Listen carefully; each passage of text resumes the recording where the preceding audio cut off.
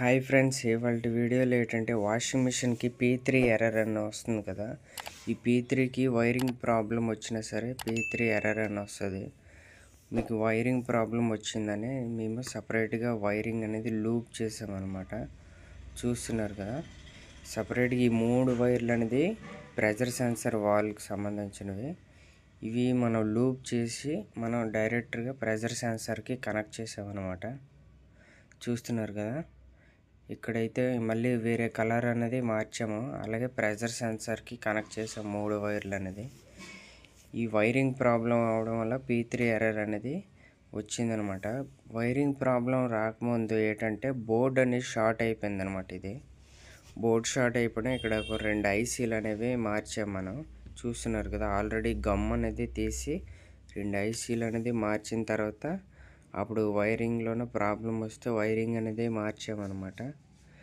ఈ వైరింగ్ అయినా కాదు, జాక్లో కూడా కొన్నిసార్లు రస్ట్ పట్టేసిన లేకపోతే ప్రెజర్ సెన్సార్ ప్రాబ్లం ఉన్నా సరే మనకి ఈ P3 అని ఎర్రర్ అనేది వస్తుంది అనమాట. ఇది యాక్చువల్గా ర్యాట్ కటింగ్ అయిపోయింది వాషింగ్ మిషన్. మొత్తం వైర్లు గట్టు కలిపేసి చేసినా సరే అవ్వలేదన్నమాట. అందుకు మళ్ళీ మనం బోర్డు అనేది రిపేర్ చేయించాల్సి వచ్చింది. రిపేర్ చేసినప్పుడు కొంచెం ఎక్కడెక్కడ వైర్లు కట్ అయ్యో అన్నీ కలిపేసి చేసాము. అయినా సరే మనకి ఆ ప్రాబ్లం అనేది రెక్టిఫై అవ్వకపోయేసరికి బోర్డు అనేది రిపేర్ చేయించామన్నమాట. బోర్డులోని షార్ట్ అయిపోయింది. ఆ వైరింగ్ ఆన్ అవడం వల్ల ఈ ప్రెజర్ సెన్సర్ వైర్ అనేది అక్కడ 2 ఐసీలు తగిలి షార్ట్ అయిపోయింది అన్నమాట వైర్ల వల్ల.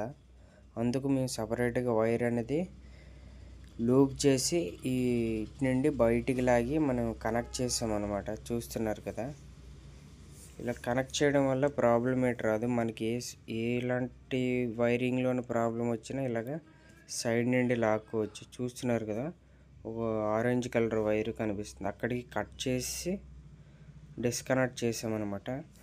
ఇంకొక సైడ్ కూడా చూపిస్తారు మీకు ఎక్కడికి షార్ట్ అయిపోయింది అనేది. చూస్తున్నారు కదా, అక్కడికి షార్ట్ అయిపోయిందనమాట. ఇలా షార్ట్ అయిపోవడం వల్ల వైరింగ్ అనేది మార్చాల్సి వస్తుంది. వైరింగ్ కిట్టే మార్చుకోవాలంటారు చాలామంది. ఇలా కాకుండా మనం ఇదనేది వైరింగ్ అనేది సైడ్ చేసామన్నమాట.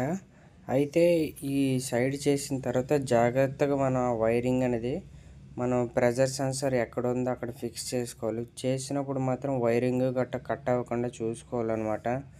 చూస్తున్నారు కదా, ఇప్పుడైతే బోర్డు గట్ట నీట్గా ఫిక్స్ చేసాం. మనమైతే బోర్డు గట్ట ఫిక్స్ చేసే ముందు మనకు వైర్లు గట్ట అక్కడ ఊడిందా లేదనేది 1-2 సార్లు అనేది చూసుకోవాలి.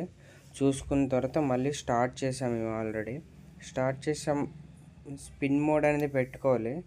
ప్రస్తుతానికైతే స్పిన్ మోడ్ ఆప్షన్లో పెట్టాను నేను. ఇప్పుడు చూస్తున్నారు కదా, స్పిన్ మోడ్ ఆప్షన్లో ఉంది.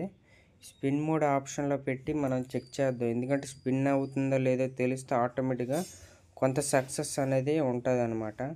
ఇప్పుడైతే తిరుగుతుంది కదా డ్రమ్ స్పీడ్గా తిరుగుతుంది. చూస్తున్నారు కదా, ఇలా తిరగడం వల్ల మనకి స్పిన్ మోడ్ అనేది అవుతుందన్నమాట. టైమింగ్ కూడా చాలా తగ్గింది, 7 మినిట్స్కి వచ్చిందనమాట. ఓకే ఫ్రెండ్స్, ఈ వీడియో కనుక మీకు నచ్చితే లైక్ చేయండి, షేర్ చేయండి, సబ్స్క్రైబ్ చేసుకోవడం మాత్రం మర్చిపోకండి ఈ ఛానల్ని. ఇప్పుడైతే డ్రమ్ కూడా మనకి తిరుగుతుంది కదా, చూస్తున్నారు కదా. ఓకేనా ఫ్రెండ్స్.